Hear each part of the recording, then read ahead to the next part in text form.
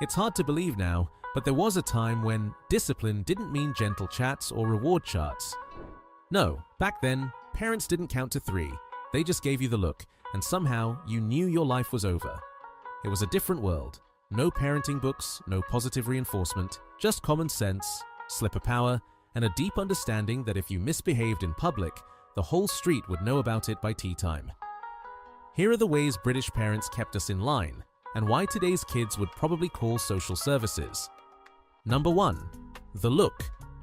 Every British child knew the look. No words, no shouting, just one piercing stare across the room that said everything. If your mum's eyebrows went up, or your dad slowly lowered the newspaper, you instantly froze. You could feel your soul leave your body.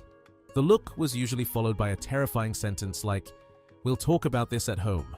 And that was worse than any punishment because you had hours to think about your fate. Number 2.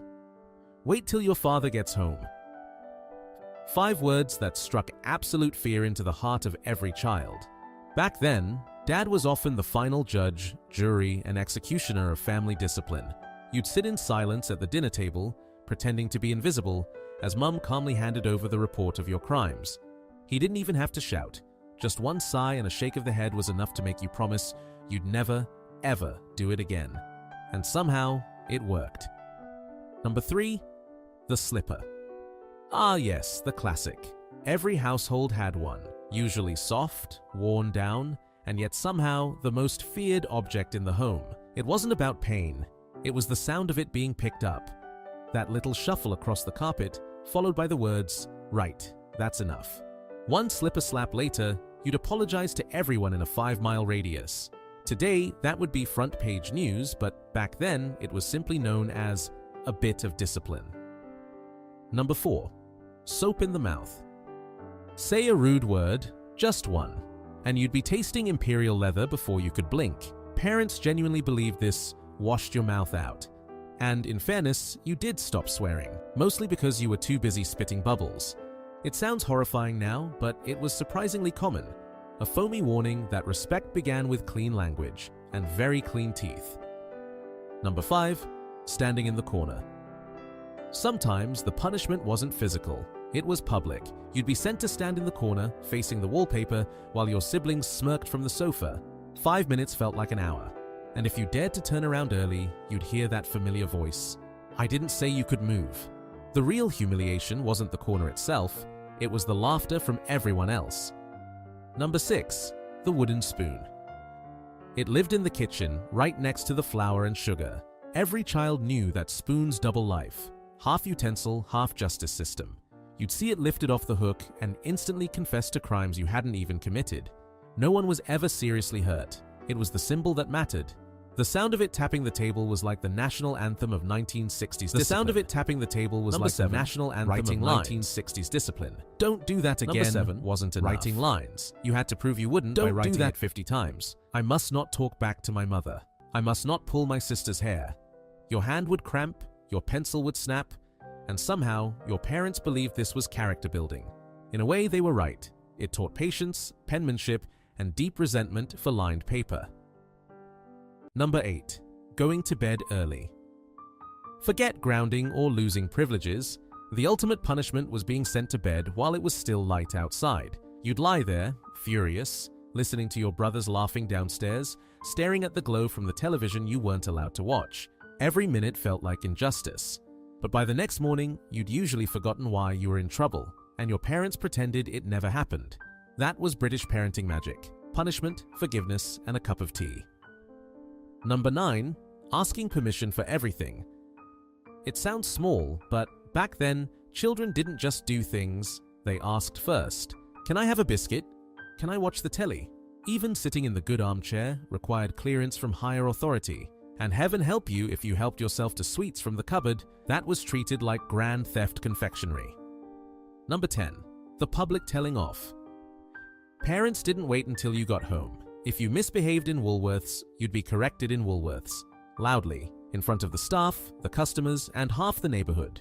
No quiet talks in the car, no whispered reasoning, just a verbal thunderstorm in the toy aisle. And somehow, everyone accepted it. The shop assistant might even nod approvingly and say, Good on you, love. Number 11. The teacher's cane. It wasn't just at home. Discipline followed you to school. The cane, the ruler, the slipper, each had its place in British education. Usually, it was just the threat of it that kept order. One tap on the desk and the whole class went silent. Nowadays, that would make headlines. Back then, it was simply Tuesday. Oddly enough, most people who experienced it don't recall it with hatred, just the fear of being called up front. Number 12. Apologizing in person. If you upset someone, a teacher, a neighbor, or even your friend's mum, you were marched straight to their doorstep to apologize. None of this texting or messaging nonsense. You looked them in the eye and said, "I'm sorry." The walk there was agony, but afterwards you felt 10 feet tall. It taught humility, courage, and how to survive the longest silence known to man. Number 13. Losing TV privileges. There was only one television in the house, and usually only one channel worth watching. So when your parents said, "That's it, no telly for you," it felt like social exile. No Blue Peter, no Doctor Who, no Coronation Street. You'd sit in your room hearing the theme music from afar, like punishment by soundtrack. It worked. You'd behave perfectly just to earn that living room seat back.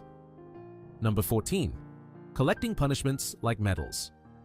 Strangely enough, some kids wore their discipline like badges of honor. A quick slipper? Just a warning.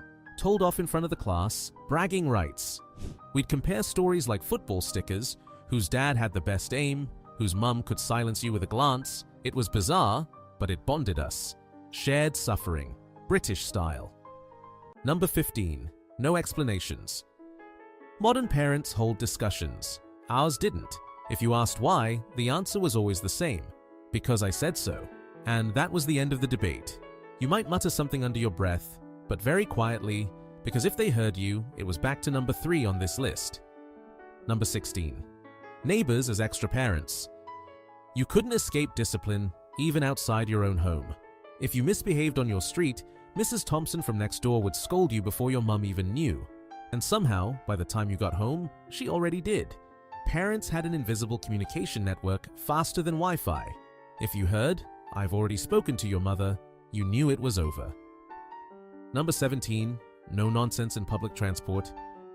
If you made noise on the bus, you got the look, not just from your parents, but from every other adult on board. And if your mum said to say sorry to that lady, you'd wish the ground would swallow you whole. Public misbehavior was a family embarrassment, and that, apparently, was worse than any grounding. Number 18.